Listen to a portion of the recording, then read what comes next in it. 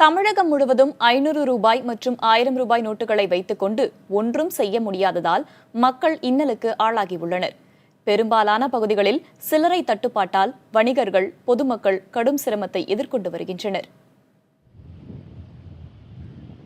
500 ரூபாய் மற்றும் 1000 ரூபாய் செல்லாது என்ற அறிவிப்பால் நாகை மாவட்டத்தில் மீன்பிடி தொழில் கடுமையாக பாதிக்கப்பட்டுள்ளது.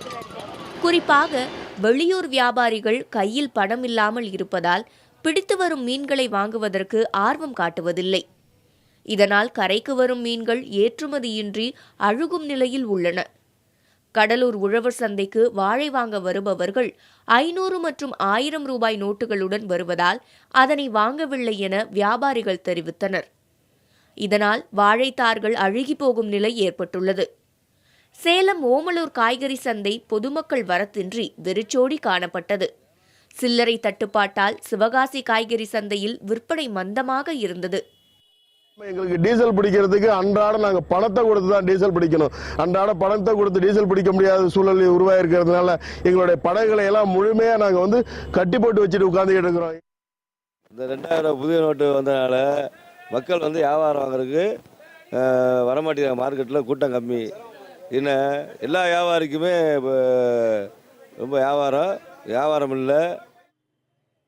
பழனியில் அரசு பேருந்து போக்குவரத்து கழக பணிமனையில் பயணிகளிடம் வாங்கிய 500 ரூபாய் மற்றும் 1000 ரூபாய் நோட்டுகளை வாங்காததால் நடத்துனர்கள் மற்றும் ஓட்டுநர்கள் போராட்டம் நடத்தினர்.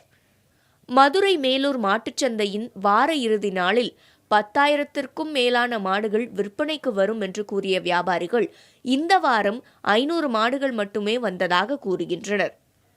மேட்டூர் நங்கவள்ளி மாட்டு சந்தைக்கு விற்பனைக்காக மினி டெம்போவில் கால்நடைகளை விவசாயிகள் கொண்டு வந்தனர். ஆனால் செல்லாத நோட்டுகளையே வியாபாரிகள் வைத்திருந்ததால் கால்நடைகளை விற்க விவசாயிகள் முன்வரவில்லை. இந்த 1000 நோட்டு பிரச்சனைனால 1000 மாடு 1500 மாடுக்கு உள்ளதே வந்திருக்கு. இதில் விற்கிறதுக்கு அவங்களும் அந்த மாடை வாங்குறதுக்கு அவங்களால பணம் உடனே கொடுக்க முடியல. 500 நோட்டு பிரச்சனையில் சரியான முறையில் ஜனங்கால வியாபாரத்துக்கு எதுவும் வரவில்லைங்க. அதனால இன்னைக்கு வியாபாரம் சுமாராகவும் லாஸாகவும் தாங்க இருக்கு. தருமபுரி மாவட்டம் கோட்டப்பட்டியில் மலைவாழ் மக்களின் நலன் கருதி SBI வங்கியில் 500 ரூபாய் தவிர மற்ற அனைத்து வகையான ரூபாய் நோட்டுகளும் வழங்கப்படுவதால் அப்பகுதி மக்கள் மகிழ்ச்சி அடைந்துள்ளனர். இதே கோட்டப்பட்ட ஊராட்சிக்கு உட்பட்ட குழுமிநத்தம் மலைப்பகுதியில் தங்கியிருந்து கரும்பு வெட்டும் விழுப்புரம் மாவட்ட கூலி தொழிலாளர்கள் செல்லாத ரூபாய் நோட்டுகளை மாற்ற முடியாததால் அவதி அடைந்துள்ளனர். நோட்டு விட்டதால எங்களால் ஒன்றும் பண்ண முடியல. நேற்றுக்கு ஒரு 4000 ரூபா எடுத்துட்டு போய் மாத்தினாரு. ஆளுக்கு 100 ரூபா கொடுத்தாரு.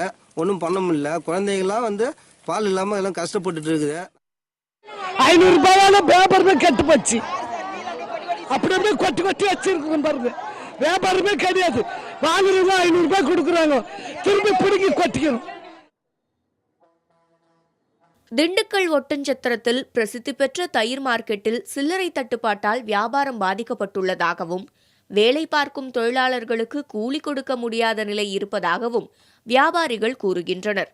திண்டுக்கல்லில் பூட்டு தயாரிக்கும் தொழிலாளர்கள் சில்லறை தட்டுப்பாட்டால் சம்பளம் கிடைக்காமல் தவிக்கின்றனர்.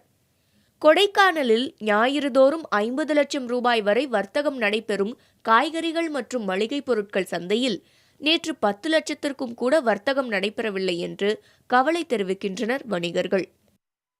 சில்லறை தட்டுப்பாட்டால வியாபாரங்கள் பெருசாக பாதிக்குது. கூலி ஆளுக்கு செலவு கூட பணம் கொடுக்க முடியல. இங்கிருந்து வர்ற தயிர் பூராமே கேரளாவுக்கு ஏற்றுமதி பண்ணுறேன்.